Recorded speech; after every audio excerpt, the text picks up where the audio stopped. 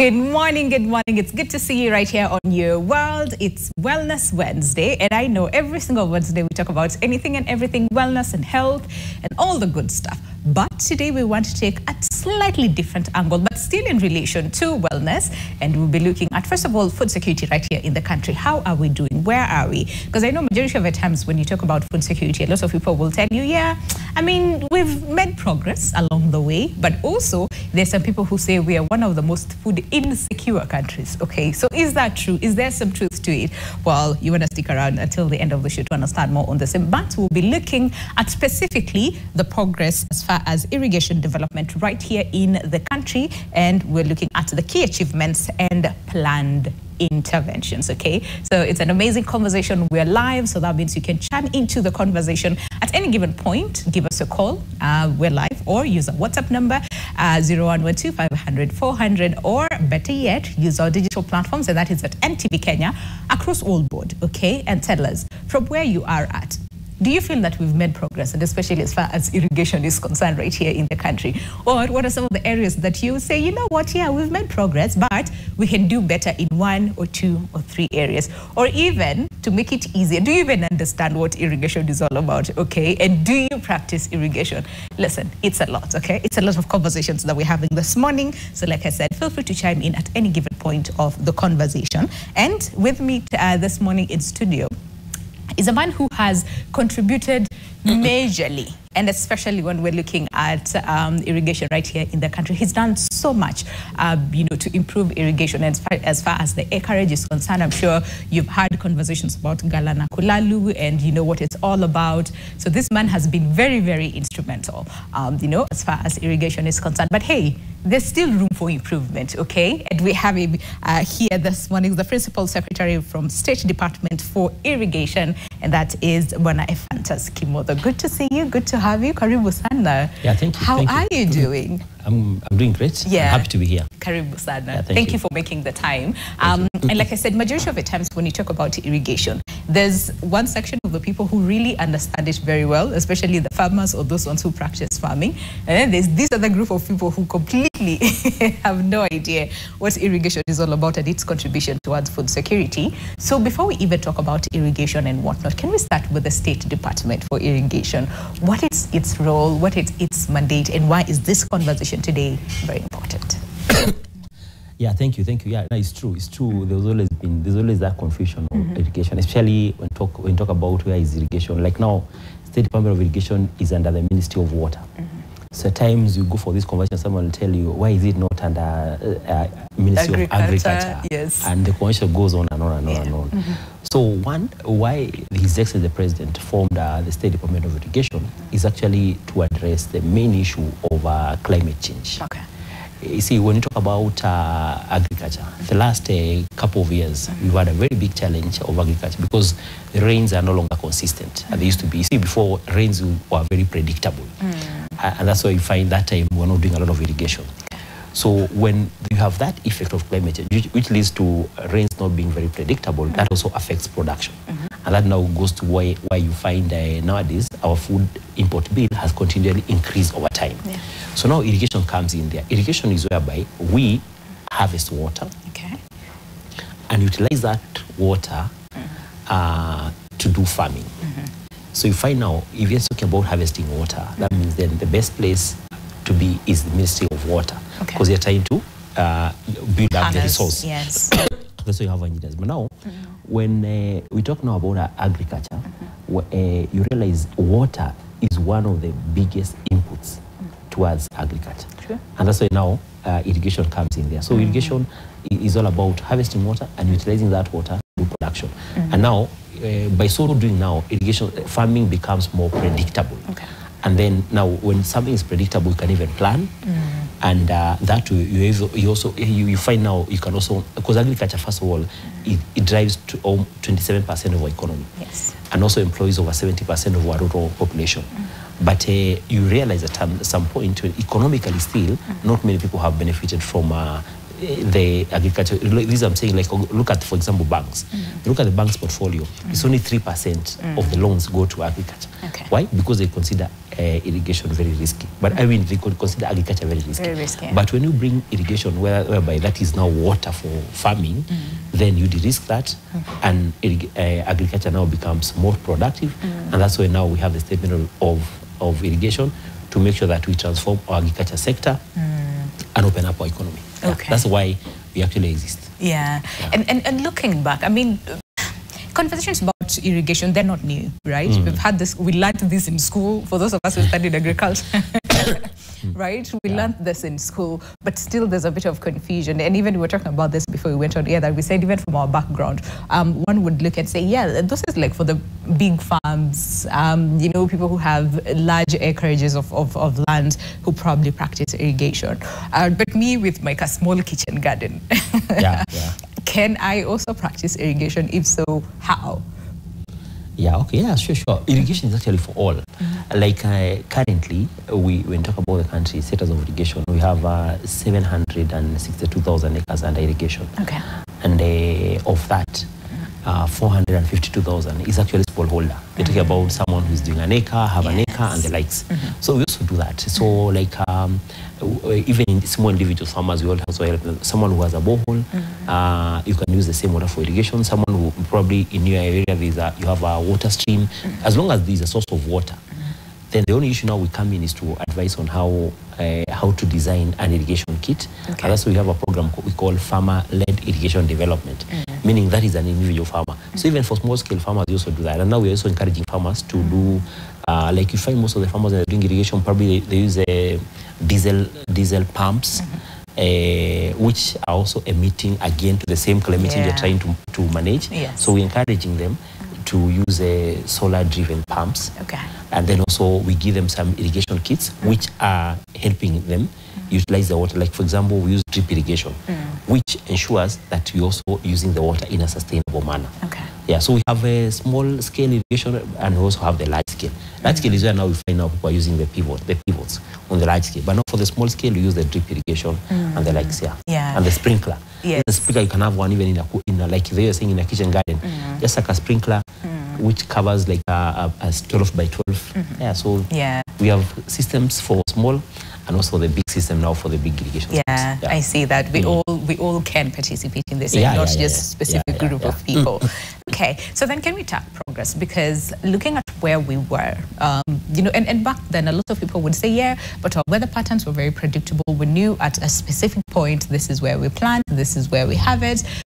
You know, there was some bit of structure, but now over time we've seen a lot of changes, and especially when it comes to our weather patterns, we've experienced at some point long periods of drought right here in the country, and then we've also experienced long periods of flooding as well. So with all this, you know, up and down and predictable weather patterns, can we look at the role of irrigation, first of all, in ensuring that we're very food secure right here in the country, and then we'll look at where we were versus where we are right now?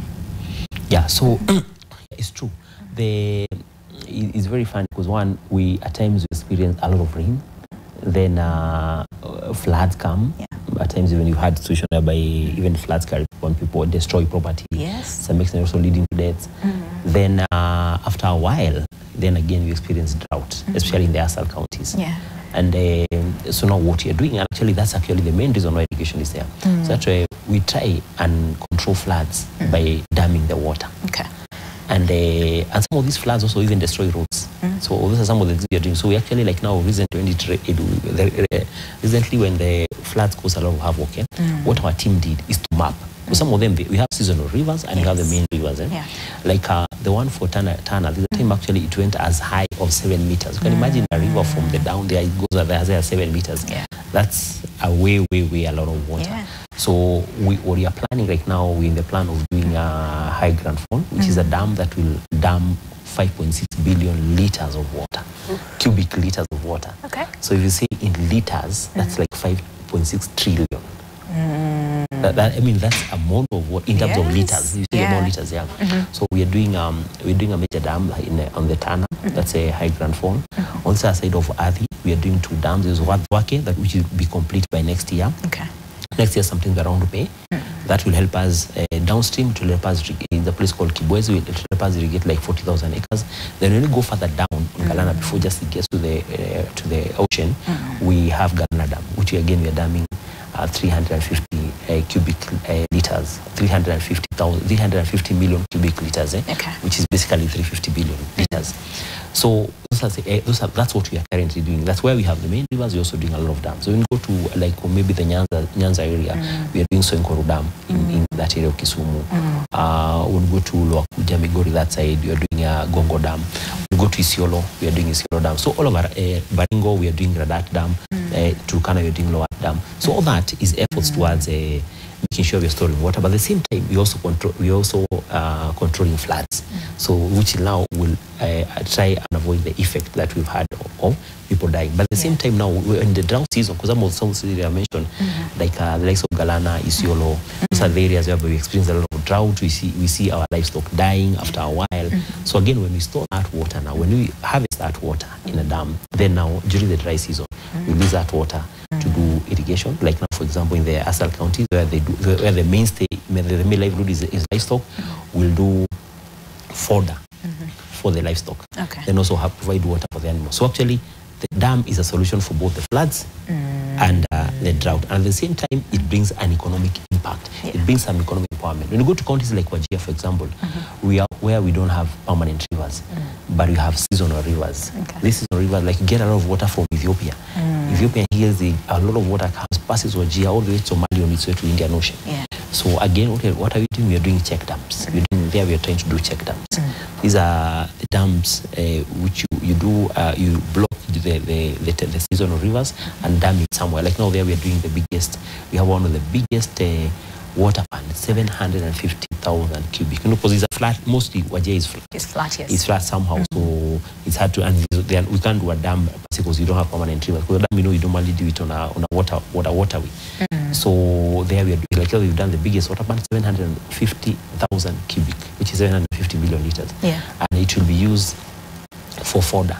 So that alone will create a huge economy in that area. Also the same thing in Marsabit, you're doing the same here. So basically irrigation is actually the State Department that is actually opening up the ASAL. When we talk about ASAL, 80% of the ASAL is arable. To make it more productive, you just need to bring water. Like Wajir will be very surprised. They have one of the most fertile soils. But the only thing they don't have is the water.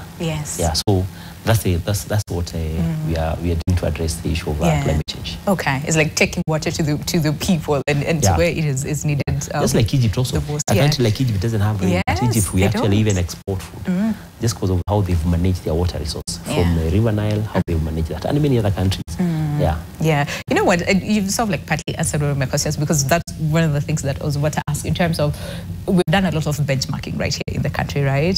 Seeing what other countries are doing and whatnot. And one of the biggest countries I'd say that we usually benchmark a lot when it comes to like the dry areas and what they're doing, and they're doing very well, is Egypt, like you said. So then how do we sort of like employ what is working there, localize it, and especially in the arid and semi-arid areas, just to ensure that there's a lot of productivity that is happening there, so that year in, year out, we don't just talk about relief food, for the residents, but also help them to see productivity and utilize the land that they have. So you see now this now speaks to the issue of investment. And because all these building these dams is not a very cheap affair. It's a very expensive affair. Like the dams that we've put across, like you must have heard His Excellency the President during the Nation address. He actually mentioned and clearly outlined the plan he has for irrigation in the country. And irrigation, I think he's mentioned it as number 2 priority in terms of he wants to do 50 dams, big dams. Then also he said he also to do 200 social dams. And he has a plan on how he's going to finance them. Part of it being the National Infrastructure Fund, which he's talked about creating it. So in that, so one of the key things, like now doing all those 50 dams will cost approximately, it's coming to almost approximately slightly above 1 trillion. So with that, and our budget currently fiscal space is minimal. Our debt sustainability is also at on the high. So we have to think of other innovative ways. So to address that and be able to deal with that challenge, we have to think of innovative ways of financing our dams. We've already identified that this is what we need to do. Now the issue is how do we finance them without coming back to the taxes and without increasing our debt. And that's now what you're currently working on. And now we are trying to, as you build these dams, using the National Infrastructure Fund, what we'll be doing will be de-risking. For example, let's say talk about just a simple example like Galana. Maybe the dam is costing 30 billion. We don't have that money. But you want to attract an investor to come and do that dam. He'll come and look at it and say, okay, after we do the dam, on the downstream part of it, we are doing the production. The production, of course, the person doing the production, be it a local Kenyan, be it an international investor, they'll be paying something called operational maintenance and also the water tariff. So we expect that water tariff they're paying to be the same one that will repay back the person who has done the dam. So what happens in this case, for example, if maybe that Canada maybe is 30 billion, someone will come and say, based on the calculations I've done and what I can see these people are going to pay me, maybe they're going to pay you 5 shillings per cubic liter. So when you do your maths and say, okay, I think the only viable part of this dam is up to 18 billion. So if I charge 5 shillings, then it can only pay me 18 billion. So there is who finances the 12 billion. Then someone says, okay, no, but if I say take it slightly higher, maybe to 8 shillings, I can't be able to do the whole dam. And now you find maybe 8 shillings, 10 shillings might be unaffordable to our community and also to the investors. Because again, you're also trying to make sure that whatever they produce is affordable. And the food becomes affordable subject to the inputs.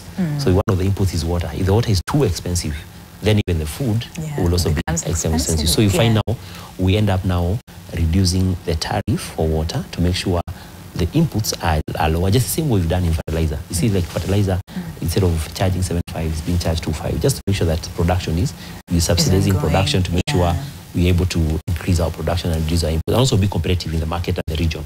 So in this case now, for example, if we find 5 bob per cubic is the most reasonable price, then this investor will come and tell you, then at that I can only invest 18 billion. So you have a deficit of 12. So what this fund will come and do, will come and finance the 12 billion. But after they finance the 12 billion, the 18, to make sure the price is affordable, because they're trying to finance it so that you have make sure the price is affordable. The 18 billion will be catalyzing, will encourage the private sector to come on board, because now the risk part of the dam has been eliminated. So that's the innovative part you're doing. Instead of financing the whole dam for 30 billion, you only finance 12, then 18 billion you attract more money, and that way now. And once you have the dam, even the implication of the economy is much higher after. Because like an acre, for example, Canada, 1 acre will give you minimum per year, if you do the chance, is like $500,000 in terms of what the person gets per se. So when you look at, when you say you're doing $500,000, you're doing when you do the calculation, you're doing $500,000 just to do 1,000 acres. That you're already talking about 500 million. So you can imagine now when you're talking about 200 acres. So that's the kind of impact you're talking about. And in the process, you end up creating jobs. You end up creating, reducing the issue of food deficit. You end up reducing our import bill, which now strengthens our foreign exchange. And that way now you find the economy even becomes more stable. So there is all issue. You've already started addressing the climate change issue. And even the justification of also spending the 12 M is that, first of all, we are able to give affordable tariff. That's like a subsidy. Then also you're also able to control flooding. So you see, we already manage the climate change issue. Then over and above that, you've jumped to production, and also you've jumped to dealing with the biggest challenge you have of job creation. Because 1 acre on average creates like 5 jobs. So if you put 200,000 acres under irrigation, you've created 1 million jobs. So it's a whole. So irrigation has a whole climate issue, economic issue. So it's a whole. Issue. It's a whole economy. It's a whole ecosystem. It's very interesting to hear you mention that.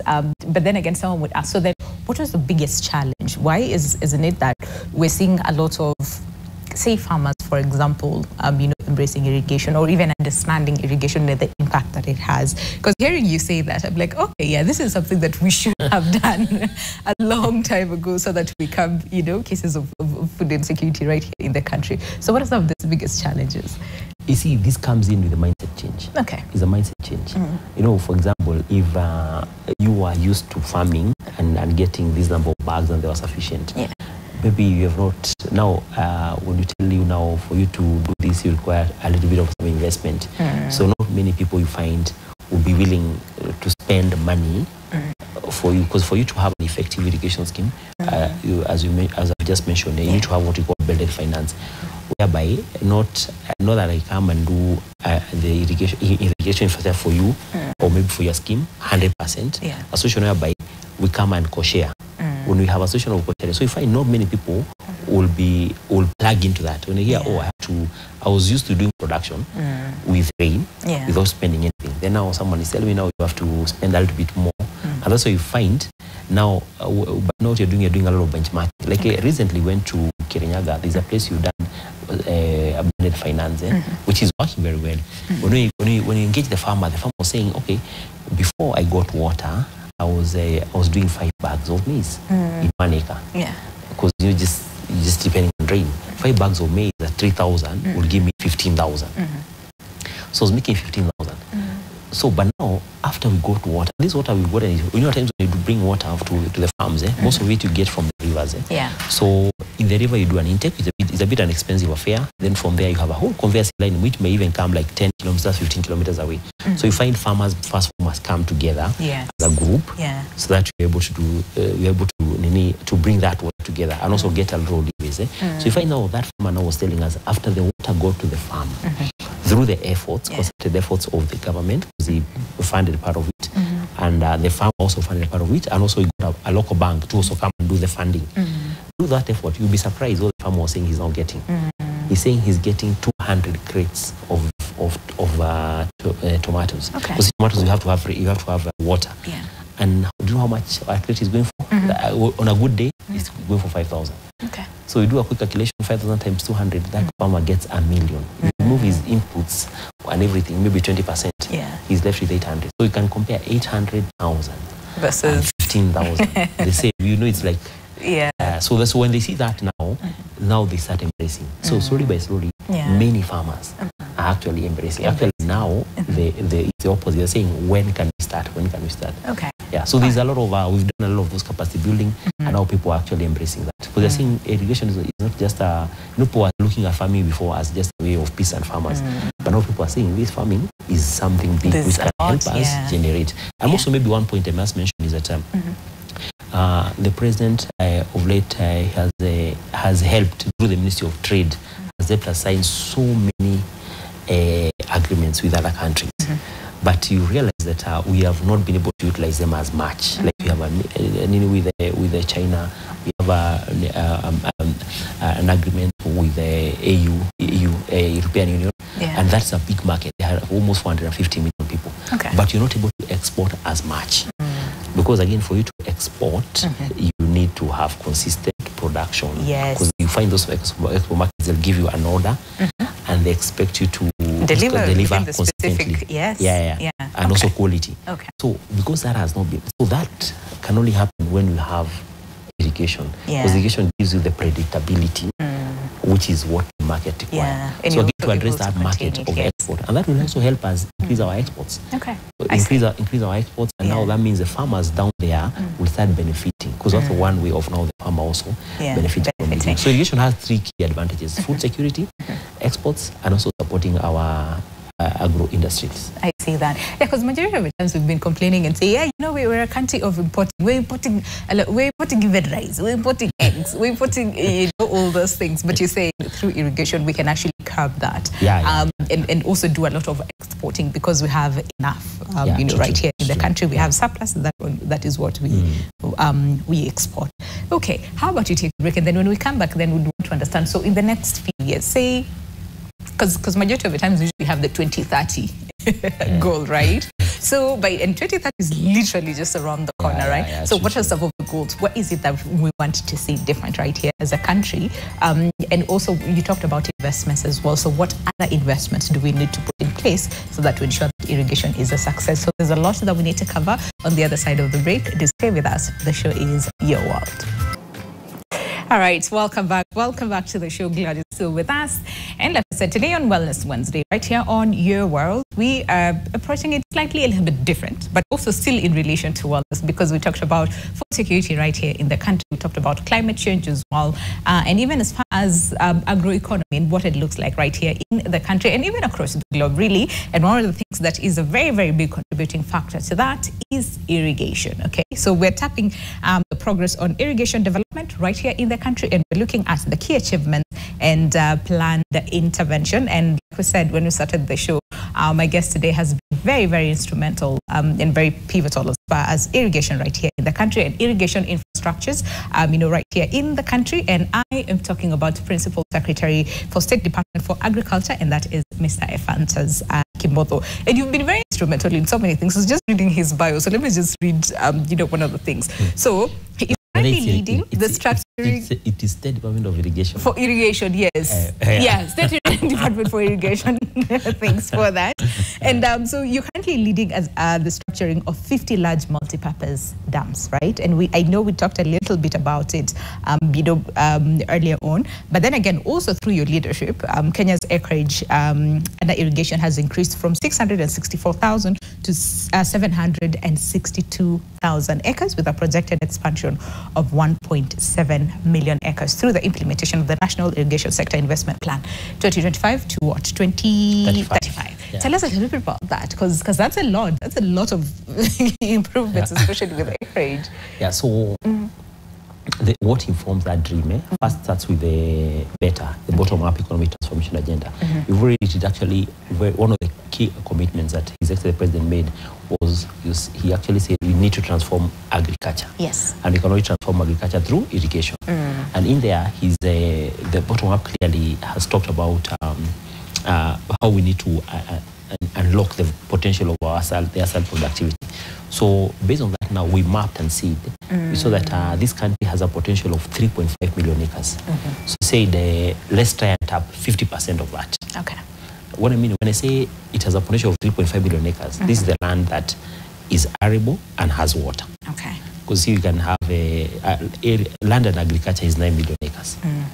But not all maybe has the potential of getting water, that kind of a thing. That's how we mean by that potential. So just like there are some crops which can do without irrigation, but there are some which at least irrigation, especially the high value crops. So the 3.5 million acres is our potential for irrigation in the country.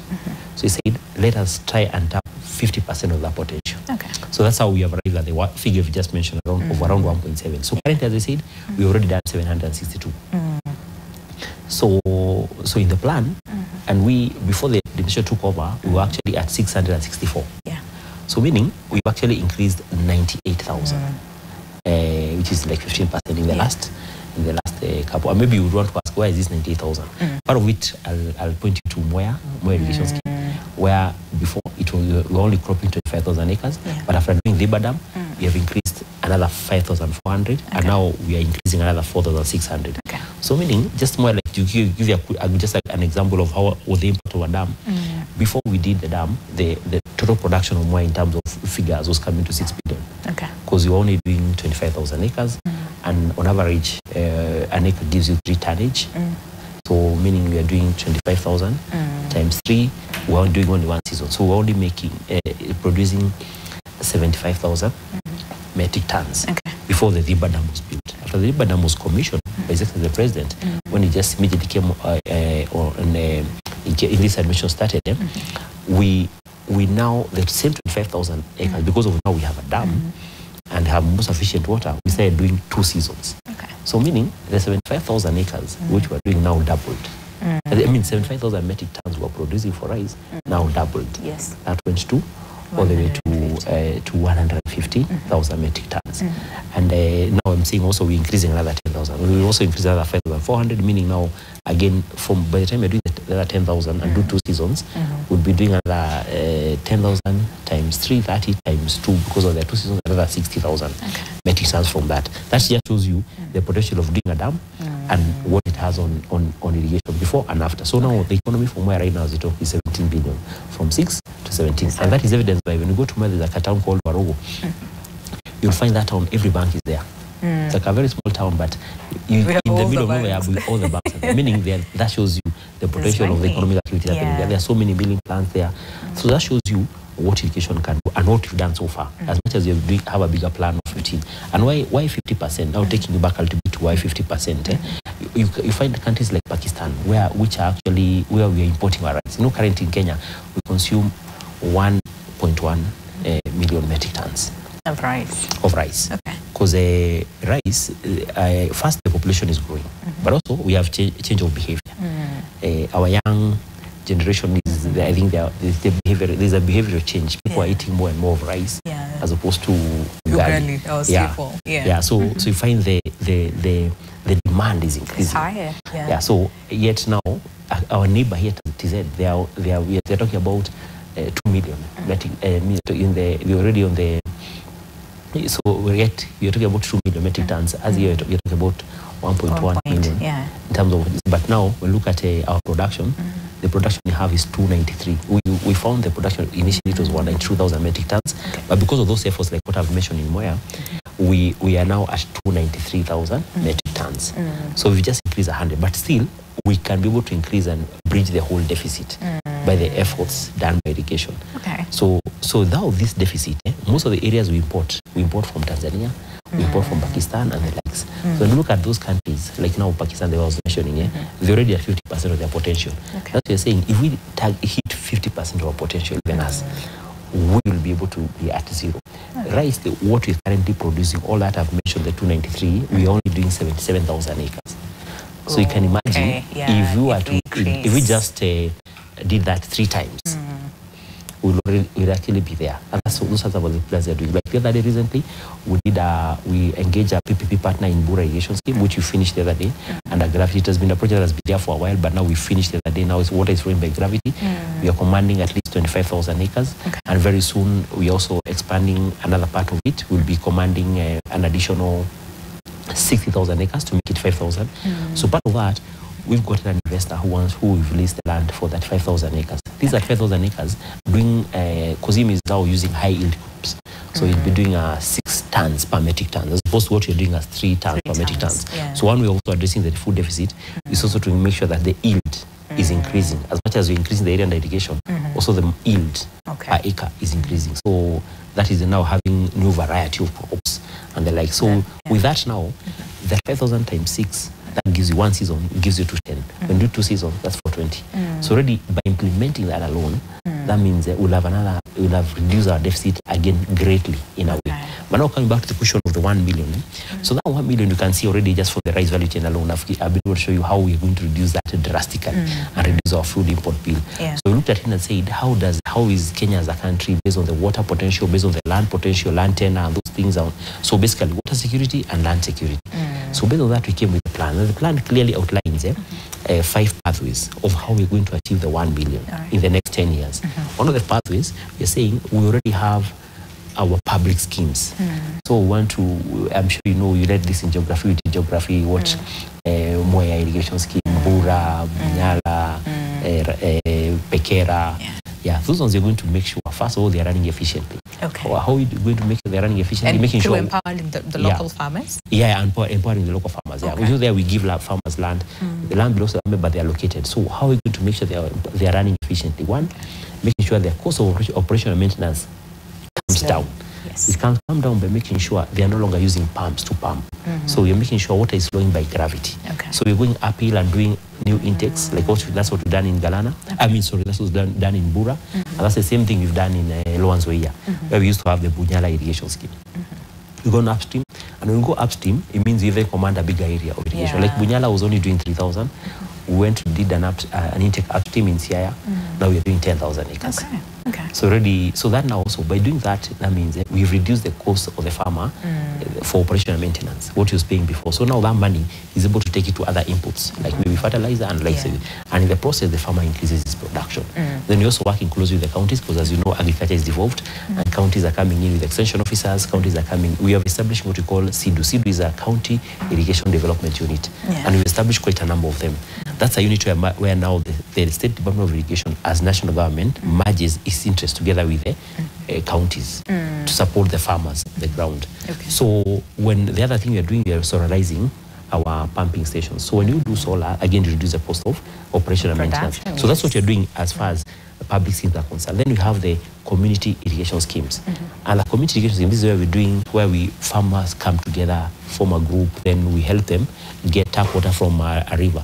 What you're doing in the community irrigation schemes, again, there we are trying to use what I mentioned earlier, blended finance, whereby farmers contribute 10%, then we get the bank to finance them 40%, then as government we come in and do the 50%. 50%, yeah. That we now, that helps us in ensuring that there is ownership, because anything you have contributed your money, you take care of it in one or another, and you counter-check each other. So that now has ensured sustainability. Because sustainability is key, because one, we want that infrastructure to be sustainable, because water resource is scarce. Yeah. At the same time, it's expensive to do irrigation. So you want to have that ownership. Makes sense for the farmers and and also now encourage them also when they're together on managing the water. Also, it's easier to aggregate them even for market. When people are together, basically as a cooperative, it's easier to aggregate them to do operational maintenance for the scheme, and also to aggregate them together for them to be able to access the export market. So that's a community. Then we have the corporate agribusiness, whereby in corporate agribusiness, we are mainly focusing on the large-scale farmers. They may be local, they may be international, and that's now the likes of Galana Kulalu.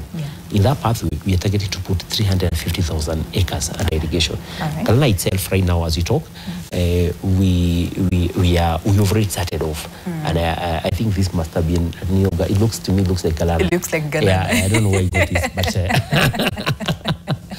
But it's a good crop, but anyway. So Galana, we already have a very clear pathway. So far, we have 1,500 acres under irrigation. By next year, we'll have 3,200. By next year, March, we'll have 5,400, and that way.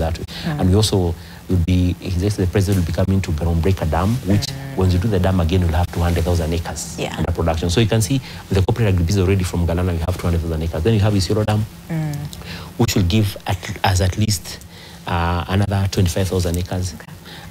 We have Radar Dam, which will give us 20,000 acres. We have High Grand Fall, which will give us 500,000 acres. So the potential is much bigger. Then we have the individual farmers, the ones we talked about earlier, whereby the ones we're saying they have a water source, you have a well somewhere, you have a borehole somewhere.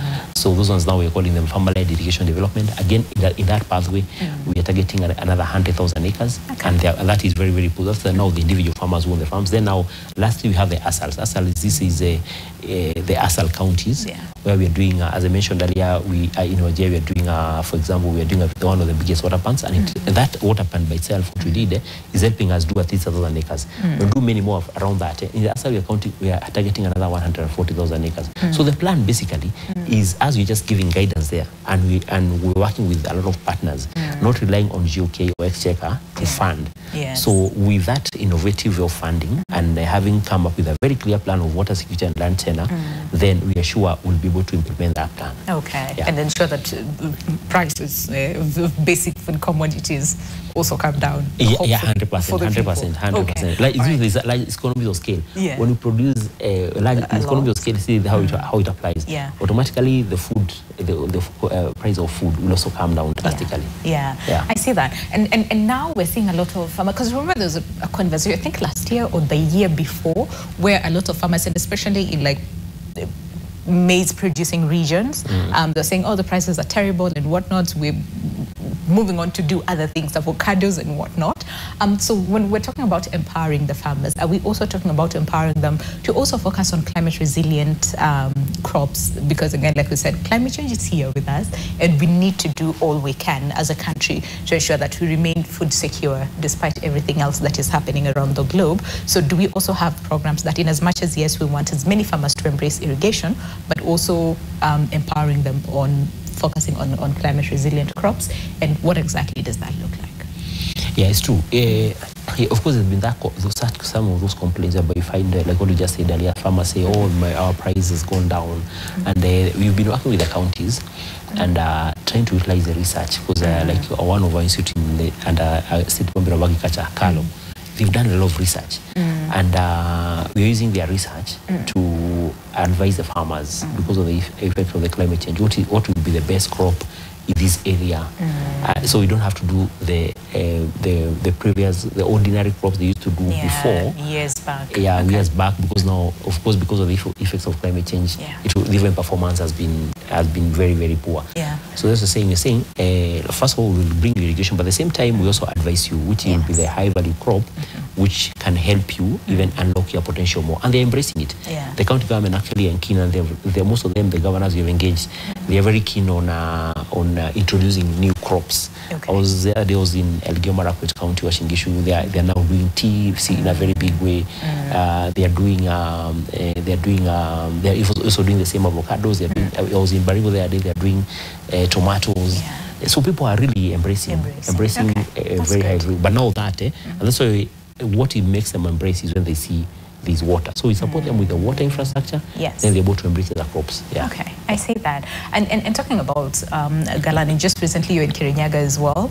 So probably you'll tell us a little bit about what that is and also the power of collaboration together with other partners, which I know you alluded to a little bit, but even on a larger scale, and by 2035, you know, with the goal that we have, what does that look like? What input will that have? But also the lessons that you've learned so far from Galana Kulalu and probably implementing that to other parts of the country, and especially in the ASAL regions. What are some of those lessons that you can point out? Yeah, so I know you've mentioned about, maybe you mentioned about my visit in Kirinyaga. Yeah, it's true. Recently, we were actually in Kirinyaga the other day. Yeah. We were launching a project. And that project, we just got funding in July 2023. Okay.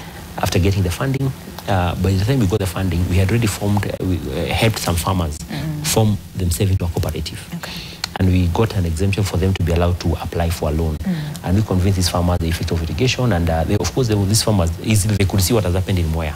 But then they are not in the side of Mwea, so they are upstream of Mwea. Okay. So basically, they've per se not benefited from the dam water. So they're saying what other ways, but still there are many rivers we could tap. So it's actually the project is called Kandeki Irrigation Scheme. So we were able to do a lot of capacity building, show them the potential of irrigation, and they can see, because they can see what is happening downstream on Mwea. So it was easy to deal with their mindset change. Okay. And so we convinced them to actually contribute 10% of the cost of the infrastructure. Then we had done a call of expression of interest for several banks, private sectors who are willing to fund. And I think in the process, Equity Bank and Cooperative Bank are the ones who won. Yeah. And in this particular case, the particular project you are in, Equity Bank was actually funded. Equity Bank also with the Equity Bank Foundation, they came on board. And they also helped a lot in capacity building the farmers, and also helping the farmers access markets. And they gave them the loan of 40%. Okay. Then the 50%, us working together with the German government through KfW, we funded the 50%. Okay. So, for example, assuming the project was 100 million, the first person to start to show commitment is a farmer by contributing 10 million, which is 10M. Okay. So 10M, maybe you distribute it among the 1,000 farmers. So meaning a farmer will contribute something like 10,000. And each farmer will contribute 10,000. Yeah. So if they are 1,000, they contribute 10M. So that's the first commitment. Okay. Then the cooperative together, they could take the loan of 40,000, so they counter-check each other. Why it's important to have a cooperative? Because that means the produce, whatever they produce, you can't sell outside to any other person. You must sell to one particular aggregator, because he's the one who will receive the money and pay the loan on behalf of all of you. All right. Then the 50%, we worked with the German government, and we told them, now we want you to get a loan to help us catalyze. Because here what we've done 50% and catalyze the other one. So in essence, what happened? That's one I was giving you an example where a farmer was doing 15, now he's doing $1 million. Okay. So and that now we want to replicate that elsewhere. Okay. Like now we have a project of 17.8 billion, which we have applied with the German government. Actually, that was a way of showing them what we did last time, and they were quite impressed. And now we're working together with them on another project in the western part of the country. All right. The western region. There we are targeting like 8 counties. Oh, so again, we'll do that engagement, and very soon you'll be seeing us now launching that project and starting to unlock the value of the western part of the country. Okay. So coming out to Galana, what you mentioned, in terms of that shows you an example in like 10 seconds before we transition to the next. So in Galana, quickly on Galana, what we've seen the benefit of partnering with the private sector. There's the efficiency that the private sector brings, and also the technology, and also that private capital. So that is what has enabled us to see and fast track. That's what has unlocked the potential of that. So now as government, what to do, we provide water security and charge you for that water security. We provide land and charge you for that. Then now, you as a private sector, as opposed to you incurring so much money on buying land, you come and lease from us. So you save them some cost. So also from the private party, he's also taken advantage of the idle assets we've had. So as we've ended up utilizing our idle assets to do production, of course, at a fee, but also for him, he has saved some cost, which now that cost is able to drive it back to his business. And in the process, he's also helping us on the bigger national agenda of addressing food security. Okay, I see that. So in like 10 seconds, what next? What should Kenyans expect, and especially between this period up until 2027 and then 2035? In like 10 seconds, what next? What should people expect? That is your camera. Okay. So we, as you said, we are in the next couple of years, we'll be seeing us launching a number of irrigation projects all over the country. We are targeting over 42 counties. We've mapped out 200 community irrigation schemes, and we've gotten quite a number of partners. And mostly we'll be using the blended finance, which has proven to be a method that leads to sustainability and also help the farmer in terms of ownership, which eventually helps in creating and unlocking the economic potential. Yeah. Thank you so much, Bona PS, and thank you really, for your time today. That has been Principal Secretary, State Department for Irrigation, and that is Mr. Ephantus Kimotho. Thank you so much for your time, and all the very best, really. Even as we look to you, to see what's going to happen in the next few years, right? So thank you so much for your time, and we're taking a short break. When we come back on the second hour, we'll be transitioning to a conversation that we started, I think, a few weeks ago, and this is in regards to 16 days of activism against gender-based violence, and today marks the end of the 16 days, okay? So we'll be having that conversation come up in just a few seconds. Do stay with us. The show is Your World, even as we say goodbye to Bona PS. See you shortly.